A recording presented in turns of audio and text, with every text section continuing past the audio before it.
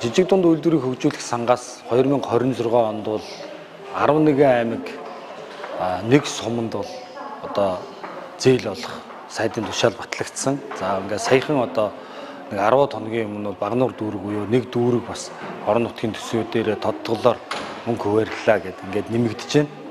За ингээд энэ аймагуудад бол одоо 3 сараас эхлээд төсөв сонгон шалгуур бол зарлагдаад аймагаас нь одоо төсвөө жижиг дунд үйлдвэрийг хөгжүүлэх сан руу шилжүүлсэн тохиолдолд бол төсвийн одоо зарлаа сонгон шалгуулад явж байна.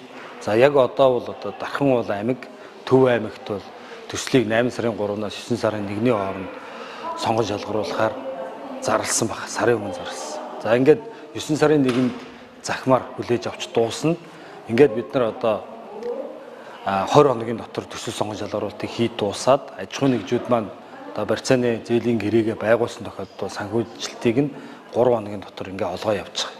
За ер нь энэ жилийн үед бол улсын хэмжээнд жижиг дунд үйлдвэрийг хөгжүүлэх сангаас өмнө олгогдсон зээлээсээ бол нэг 34.9 тэрбум төгрөгийг төвлөрүүлэх ийм одоо төсвийн тухай хуулиар батлагдсан байна. За бид нар энийгээ бол биелүүлнэ. 34.5 тэрбум төгрөгөөр төвлөрүүлчихнэ.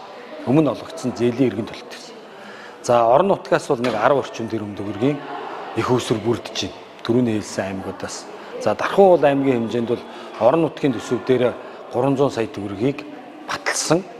За жижиг дунд үйлдвэрийг хөгжүүлэх сангаас 1.2 тэрбум төгрөгийг өгөөд ингээд 1.5 тэрбум төгрөгөөр үндсэн хөрөнгийн одоо зээлдвэл 8 жил, эргэлтийн хөрөнгийн зээлдвэл 5 жилийн хугацаатай 5% хүйтэй зээлийг олгохоор ингээд сонгон шалгаруулалт зарлаад өнөөдөр аж ахуйн нэгжүүдтэй сургалт мэдээллийг өгч байна.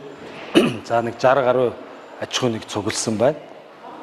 За бид нар төсөв мөнгөдөө багтаагаад одоо салбар чиглэлээ бол аймгийн засаг даргаас ирүүлсэн саналын дагуу бол одоо сайдын тушаалаар баталдаг. Ингээд хүнс хөнгөн үйлдвэрлэл, мал аж ахуй, газар тариалан гэсэн салбарууд дотор дэд салбар нэг 10-аад орчим салбарт бол зээлийг олгож байна.